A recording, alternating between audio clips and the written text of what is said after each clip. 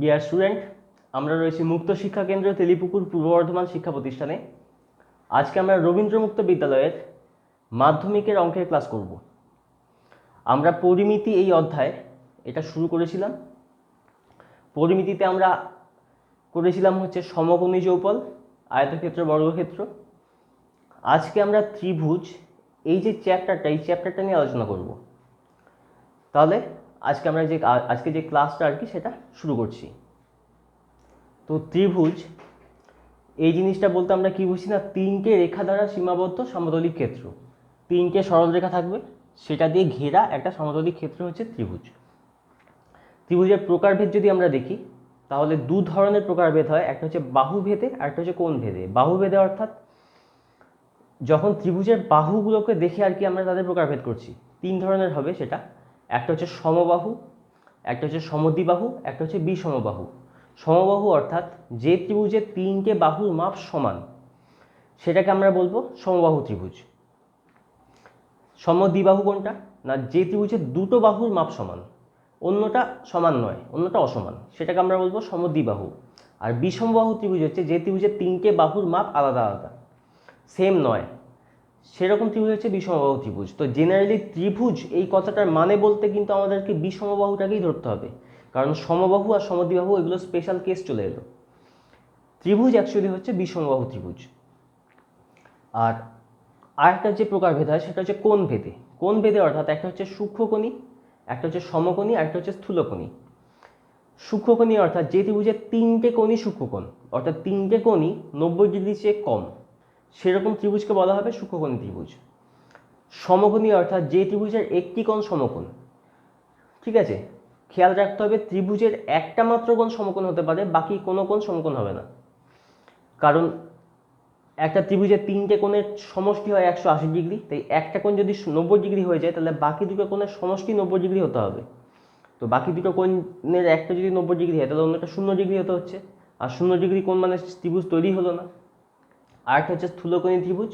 স্থূলকোণী ত্রিভুজের হচ্ছে যে ত্রিভুজের একটা কোণ স্থূলকোণ, তাকে আমরা বলবো স্থূলকোণী ত্রিভুজ। তো সমকোণী ত্রিভুজ আর স্থূলকোণী ত্রিভুজ এদের একটা কোণ সমকোণ বা স্থূলকোণ, আর বাকি যে কটা কোণ সেগুলো সবই সূক্ষ্মকোণ। এবার সমকোণী ত্রিভুজের আর একটা ভাগ রয়েছে সমকোণী সমদ্বিবাহু ত্রিভুজ। এই ত্রিভুজটা কীরকম না, সমকোণ সংলগ্ন যে দুটো বাহু আর কি, অর্থাৎ লম্ব আর ভূমি, এই দুটো সমান মাপের, অন্যটা অসমান। আর সেরকম ত্রিভুজের বাকি যে এক্সট্রা যে দুটো কোণ পড়ে রইল সেই কোণ দুটো সমান হয়, তাদেরকে আমরা মানে সেই কোণের পরিমাপটা হয় হচ্ছে 45 ডিগ্রি। তো যাই হোক না কেন, আমরা ত্রিভুজের যে এই যে পরিমিতির মধ্যে ত্রিভুজের যে পরিসীমা, ক্ষেত্রফল, এগুলো নিয়ে আমরা আলোচনা করছি। তো প্রথম যেটা দেখবো সেটা হচ্ছে পরিসীমা। তো এই যে ত্রিভুজটা এঁকেছি আমি, এই ত্রিভুজটা নিয়েও এক কাজ হবে, কিন্তু এটা একটু পরে আসছি, আগে এটাকে দেখা যাক। এই ত্রিভুজটা তিনটে বাহু রয়েছে, সেই বাহুগুলোর নাম দিলাম। আগে ত্রিভুজটার নাম দেওয়া যাক এ বি সি। বাহুগুলোর নাম হচ্ছে এটা এ, এটা বি, এটা সি। ঠিক লেটারের অনুযায়ী তার স্মল লেটার দিয়ে বাহুটার মাপটা আমরা ধরলাম। তাহলে পরিসীমা কি হবে, পরিসীমা অর্থাৎ হচ্ছে এই তিনটে লাইনের যোগফল, তাহলে সেটা হচ্ছে এ প্লাস বি প্লাস সি একক। আরেকটা যেটা সেটা হচ্ছে ক্ষেত্রফল। তো ত্রিভুজের ক্ষেত্রফল নির্ণয়ের দুটো সূত্র আছে। প্রথম সূত্রটা হচ্ছে একটু সহজ ধরনের, সেটা হচ্ছে এই ছবিটা থেকে আসবে। এই ছবিটাতে ত্রিভুজটার নাম যদি দিই এটা এ, এটা বি, এটা সি, আর এটাকে যদি ডি নাম দিই, তাহলে এই যে পার্টটা এডি, এটা হচ্ছে ত্রিভুজটার উচ্চতা, আর ত্রিভুজটার ভূমি হচ্ছে বিসি। তো ত্রিভুজের ক্ষেত্রফল কখন না, যখন ভূমি ও উচ্চতা এইটাকে আমরা নিয়েছি, মানে ভূমি আর উচ্চতাটা আমরা জানি, তখন ক্ষেত্রফল কী হবে না, হাফ ইন্টু ভূমি ইন্টু উচ্চতা। এটা হবে তখন ত্রিভুজের ক্ষেত্রফল। ত্রিভুজটার ভূমিটাকে দেখবো, ভূমির দৈর্ঘ্য, আর সেটার উপর উচ্চতা মানে হচ্ছে সেইটার উপরে লম্বটা হতে হবে। মানে ভূমি বলতে এটাকে ধরলে চলবে না, এটাকে ধরলে তখন এখান থেকে লম্ব টানতে হবে, এইটাকে ধরলে তখন এইখান থেকে লম্ব টানতে হবে। আমরা ভূমি ধরছি এইটাকে, লম্ব তার মানে এইটা হতে হবে। তো সেরকম যদি থাকে, তো ভূমি আর উচ্চতা দেওয়া থাকলে ভূমি আর উচ্চতা গুণ করব, তাকে হাফ করে দেবো, সেটাই হয়ে যাবে ত্রিভুজের ক্ষেত্রফল। আর যদি উচ্চতা না দেওয়া থাকে সেটাও কিন্তু আসতে পারে, উচ্চতা না দেওয়া থাকলেও কিন্তু ত্রিভুজের ক্ষেত্রফল নির্ণয় করা যায়। কিভাবে না, পরিসীমা আমরা দেখেছি a plus B plus C একক, পরিসীমাকে আমরা এস ধরি, অর্থাৎ এস হচ্ছে মানে পরিসীমাকে 2s ধরি, 2s হচ্ছে a plus B plus C, তাহলে অর্ধ পরিসীমা অর্থাৎ হচ্ছে পরিসীমার অর্ধেক, অর্ধ পরিসীমাকে আমরা এস ধরি, সেই এস হবে তাহলে কি a plus B plus C by 2। তো ক্ষেত্রফল কি হয়, সেটা হচ্ছে এস মানে অর্ধ পরিসীমা, তারপর এস থেকে এ বিয়োগ মানে একটা বাহু বিয়োগ হচ্ছে S minus B S minus C, তাদের রুট করে বর্গ একক। অর্থাৎ যদি উচ্চতা না দেওয়া থাকে তাহলে সেক্ষেত্রে কি করব, ত্রিভুজটার পরিসীমা বের করব, বাহুগুলো দৈর্ঘ্য দেওয়া থাকবে অবশ্যই, তাহলে ত্রিভুজটার পরিসীমা বের করব, তাকে অর্ধেক করব, অর্ধেক করার পর সেইটা থেকে প্রত্যেকটা বাহুকে বিয়োগ করব এবং সেগুলোকে সব গুণ করে করে যাব, যা বেরোবে সেটার বর্গমূল করব, সেটা হবে হচ্ছে ত্রিভুজের ক্ষেত্রফল। এবার এই দুটো জায়গা থেকে আর কি কিছু অঙ্ক, যেগুলো গাণিতিক যে উদাহরণ আর কি, সেগুলো দেখা যাক, তাহলে এই ব্যাপারটা একটু ক্লিয়ার হয়ে যাবে। তো এই উদাহরণটা যেটা নেওয়া হয়েছে সেটাতে কি বলা হচ্ছে না, একটা ত্রিভুজাকার পার্কের তিনটে যে ধার তার দৈর্ঘ্য হচ্ছে একটা 6 মিটার, একটা 8 মিটার, একটা 10 মিটার। দিয়ে কোশ্চেন দিয়েছে কি না দুখানা, একটা হচ্ছে পার্কটার পরিসীমা কত আর একটা হচ্ছে পার্কটার ক্ষেত্রফল কত। তাহলে এই যে ছবিটা আর কি, এটা এই যে ত্রিভুজটা, প্রথমে হচ্ছে এই ছবিটা আঁকতে হবে, ত্রিভুজ আঁকবো, তার বাহুগুলোর মাপ লিখবো। তো প্রথম কাজ ছবিটাকে আঁকা।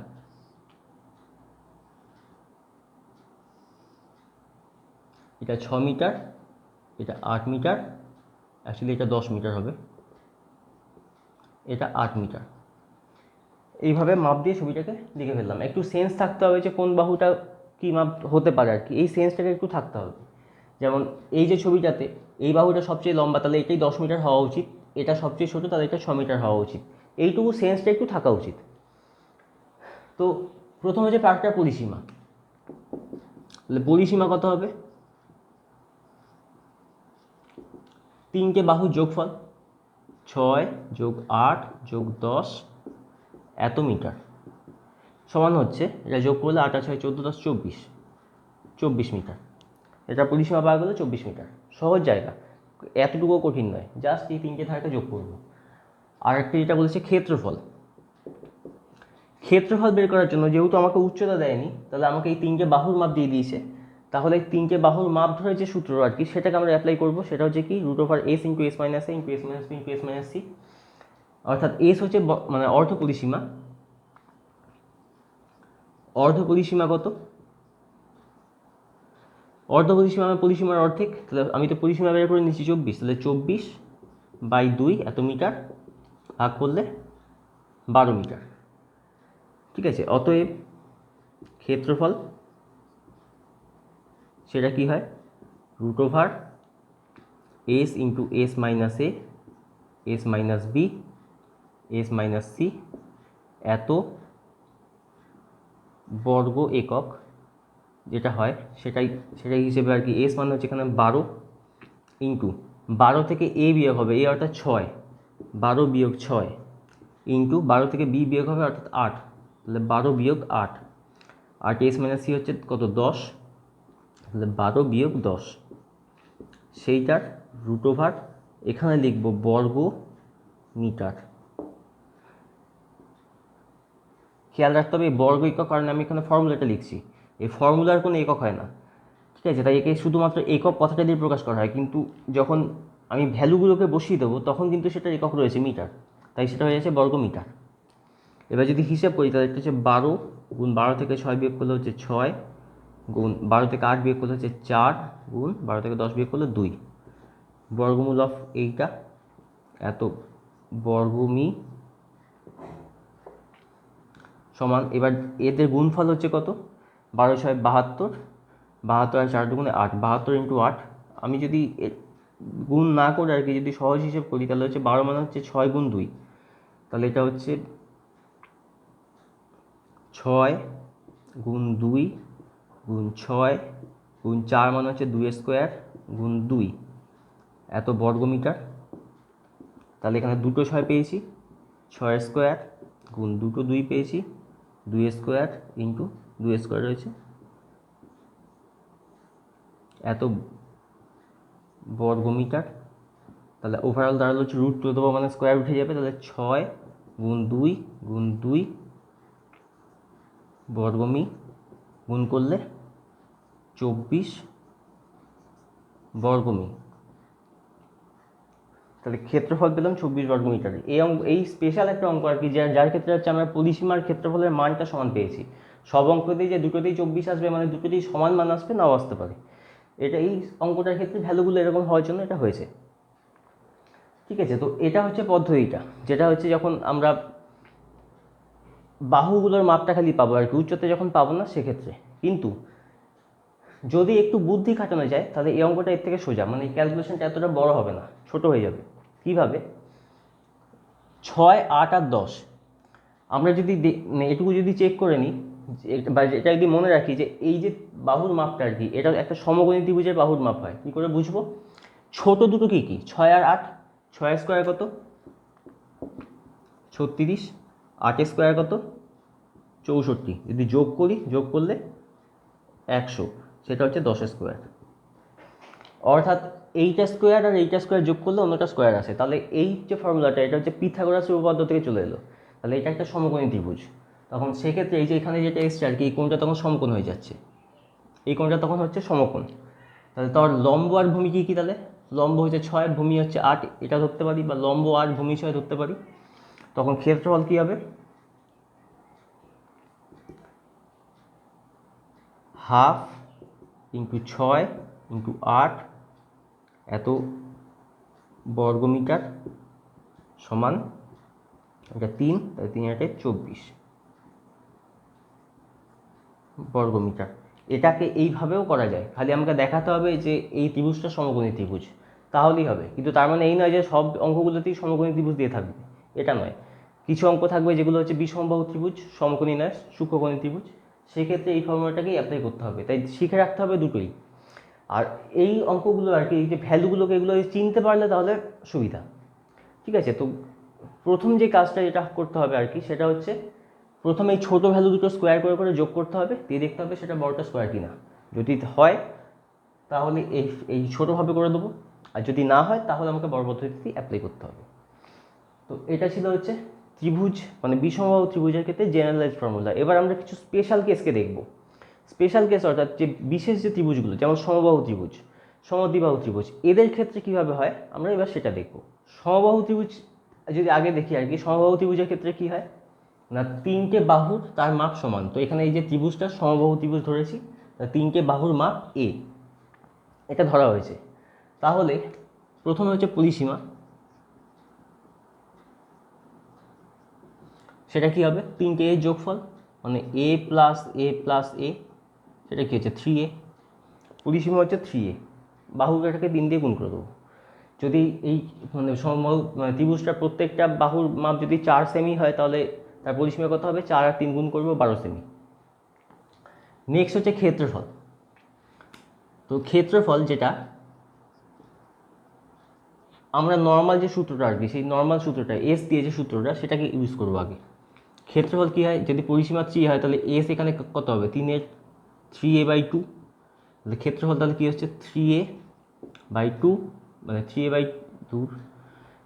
ক্ষেত্রফল হচ্ছে 3a/2, এটার সঙ্গে হচ্ছে 3a/2 মাইনাস এ, 3a/2 মাইনাস এ, 3a/2 মাইনাস এ, এইটা আসছে, সেটার রুট করতে হবে।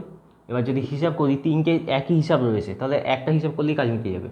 এটা হচ্ছে 3a/2 ইন্টু, এটা যদি বিয়োগ করি তাহলে এটা হবে হচ্ছে, মানে 2-এর সঙ্গে এ গুণ হবে। এখানে দেখি যে একেবারে 3a/2 মাইনাস এ, এটা মানে হচ্ছে 3a মাইনাস 2 দিয়ে এটা গুণ হয়ে 2a, টোটালটা বাই 2, তাহলে এটা এলো a/2। তাহলে ইন্টু a/2 ইন্টু, তাহলে এটা তো a/2, a/2 রুট করলাম। তাহলে এ কটা আছে? 4টে, তাহলে সেটার জন্য পাবো হচ্ছে a স্কোয়ার। আচ্ছা, 3 কটা আছে? একটা, এটার জন্য পাবো √3। আর 2 কটা আছে নিচেতে? 4টে। তাহলে এটার জন্য পাবো হচ্ছে 2a স্কোয়ার মানে 4, 3a স্কোয়ার বাই 4। এটা পেয়ে গেলাম হচ্ছে সমবাহু ত্রিভুজের ক্ষেত্রফল। আরেকটা যেটা দেয় সেটা হচ্ছে এর উচ্চতা কত, সমবাহু ত্রিভুজটার উচ্চতা। তো উচ্চতা বার করতে হচ্ছে মানে এটা যখন বের করবো তখন আমরা কি করব না, এই ফর্মুলাটার সঙ্গে ওই হাফ ইন্টু ভূমি ইন্টু উচ্চতা এটা সেটাকে ইউজ করে নেব। তাহলে আমরা এটা জানি হচ্ছে যে ক্ষেত্রফল এটা কি হাফ ইন্টু ভূমি ইন্টু উচ্চতা, এটা আমরা জানি। তাহলে শুধু উচ্চতাটা মানে কি হচ্ছে, এই দুইটা এখানে গুণ হবে, মানে 2 গুণ ক্ষেত্রফল অর্থাৎ এইটা √3a স্কোয়ার বাই 4, আর ভূমিটা কী হবে ভাগ হবে ইন্টু 1/a। এবার যদি কাটাকুটি করি এটা হয়ে গেল 2, এই স্কোয়ারটা মানে এ দিয়ে এই স্কোয়ারটা কেটে গেল, তাহলে পেলাম √3a/2। তাহলে মানে মোদ্দা কথা 3টে ফর্মুলা এখানে আমাদের জানতে হচ্ছে। 1 নম্বর সেটা হচ্ছে পরিসীমা, সেটা কি 3a একক। 2 নম্বর সেটা হচ্ছে উচ্চতা, সেটা হচ্ছে কি না √3a/2 একক। আর 3 নম্বর হচ্ছে ক্ষেত্রফল,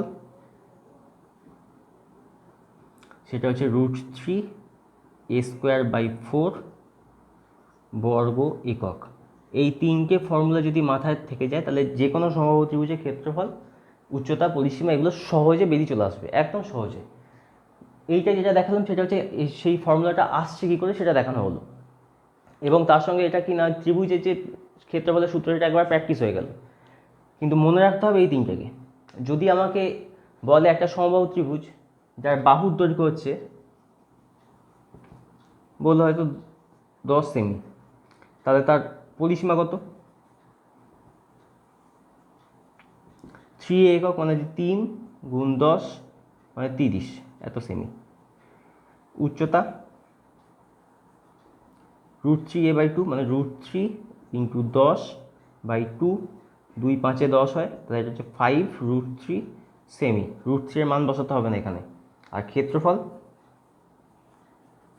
সেটা কি হয় √3a স্কোয়ার বাই 4 মানে √3 ইন্টু 10 স্কোয়ার মানে 100/4, 4 কত 100 হয় 25-এ, তাহলে এটা বললাম 25√3 বর্গ সেমি। তো এরকম সহজে ফর্মুলা দিয়ে অঙ্কগুলো চলে আসবে। নেক্সট আমরা দেখবো হচ্ছে সমদ্বিবাহু ত্রিভুজ। সমদ্বিবাহু ত্রিভুজের ক্ষেত্রে কি হয় না, দুটো বাহু সমান হয়। তো এখানে দুটো বাহু, এই যে দুটো এ ধরা হয়েছে, নিচের যে বাহুটা এটা ভূমিটা সেটাকে বি ধরেছি, আর উচ্চতা যেটা রয়েছে সেটা এইচ ধরেছি। তো প্রথম যেটা পরিসীমা, পরিসীমা কী হবে, 3টে যোগফল মানে a plus a plus B মানে হচ্ছে 2a প্লাস বি এত একক। অর্থাৎ সমদ্বিবাহু ত্রিভুজ থাকলে যেটা সমান বাহু তাকে ডবল করবো, আর তার সঙ্গে যেটা অসমান বাহু তাকে যোগ করে দেবো। আরেকটা হচ্ছে কি ক্ষেত্রফল। ক্ষেত্রফলটা যেটা আগের যে অঙ্কটা আর কি সমবাহু ত্রিভুজের ক্ষেত্রে সেটা যেভাবে করলাম এটা অন্যভাবে দেখবো একটু। এটা মানে দুটো পদ্ধতিতেই দেখা যায়। তো আগে একটা পদ্ধতি আগে দেখেছি, এটা অন্য একটা পদ্ধতি রয়েছে সেটাই দেখি। সেটা হচ্ছে কিনা একেবারে উচ্চতা শুদ্ধ আমরা বের করব, টোটালি উচ্চতাটা শুদ্ধ। তো এর উচ্চতা কত? এইচ। তাহলে আগে উচ্চতাটা বের করা যাক। এই যে পার্টটা সেটা সমকোণী ত্রিভুজ, এই যে যদি নাম দিই এ, এটা বি, এটা সি, আর এটা যদি ডি নাম দিই, তাহলে এ বি সি এটা একটা মানে এটা একটা সমকোণী ত্রিভুজ। তাহলে সেখান থেকে বলা যাবে হচ্ছে এ স্কোয়ার সমান H square minus C square. এটা আমরা বলতে পারি। অ্যাকচুয়ালি এই যে সি স্কোয়ার নয়, এটা হচ্ছে এই পার্টটা হচ্ছে b/2, বি এর অর্ধেক এটা, তাহলে b²/2। তাহলে সেখান থেকে কী বলা যায়, এইচ স্কোয়ার মানে হচ্ছে a স্কোয়ার প্লাস b²/2 মানে এটা হচ্ছে 2a স্কোয়ার প্লাস b²/2, এইভাবে আমরা বলতে পারি। তাহলে এইচ সমান কত আসছে, √2a স্কোয়ার প্লাস b²/2, এটা উচ্চতাটা আসছে। তো ক্ষেত্রফল যেটা হয় সেটা হচ্ছে হাফ ইন্টু ভূমি, ভূমি মানে টোটাল বিটা, ইন্টু উচ্চতা মানে কত পেলাম এইটা, 2a² প্লাস b² / 2। এটা যদি হিসাব করি তাহলে হচ্ছে b√2a² প্লাস b²/2√2। ঠিক আছে, এইভাবে জিনিসটা চলে আসবে। এটা হচ্ছে ক্ষেত্রফলের সূত্র। কিন্তু আমি যেটা সাজেস্ট করবো সেটা হচ্ছে সমদ্বিবাহু ত্রিভুজের ক্ষেত্রে এই সূত্রটাকে না মনে রাখলেও চলবে, শুধু পরিসীমাটাকে জানলেই চলে, আর বাকিটা দরকার নেই। আর যদি উচ্চতাটা মনে রাখা যায় তো খুব সুবিধা, তো বাকিটা না জানলেও চলবে। ঠিক আছে, ক্ষেত্রফল আমরা কনসেপ্ট থেকে বের করে নেবো, কিন্তু সমবাহু ত্রিভুজের ক্ষেত্রে যে সূত্রগুলো সেগুলো কিন্তু মাথায় রাখতে হবে, সেগুলো ইম্পর্টেন্ট। না হলে ওই অঙ্কগুলো শর্ট কোশ্চেনে দিয়ে দেবে। সমবাহু ত্রিভুজে যেহেতু ছোটো ছোটো সূত্র দিয়ে আসে, এই সমবাহু ত্রিভুজের ক্ষেত্রফল, পরিসীমা এগুলো সব শর্ট কোশ্চেনে আসবে। আর সেক্ষেত্রে যদি সূত্র না জানা থাকে তাহলে সেই অঙ্কগুলো বিশাল বড় হয়ে যাবে। যেটা 1 নম্বরের কোশ্চেন সেটা মোটামুটি 3-4 নম্বরের অঙ্কের মতো হয়ে যাবে। কাজেই ওইটাকে বলবো দরকার নেই, সমবাহু ত্রিভুজের সূত্রটাকে মুখস্থ রাখা দরকার। কিন্তু সমদ্বিবাহু ত্রিভুজের ক্ষেত্রে হচ্ছে খুব একটা প্রথমে দেয় না, আর দিলেও সেটা কনসেপ্ট দিয়ে চলে আসে, কাজে এর সূত্র মুখস্থ করার কোনো প্রয়োজন নেই। তো আজকে যে ক্লাসটা সেটা এখানেই শেষ করলাম। পরবর্তী ক্লাসে আমরা অন্য কোনো চ্যাপ্টার নিয়ে আলোচনা করব।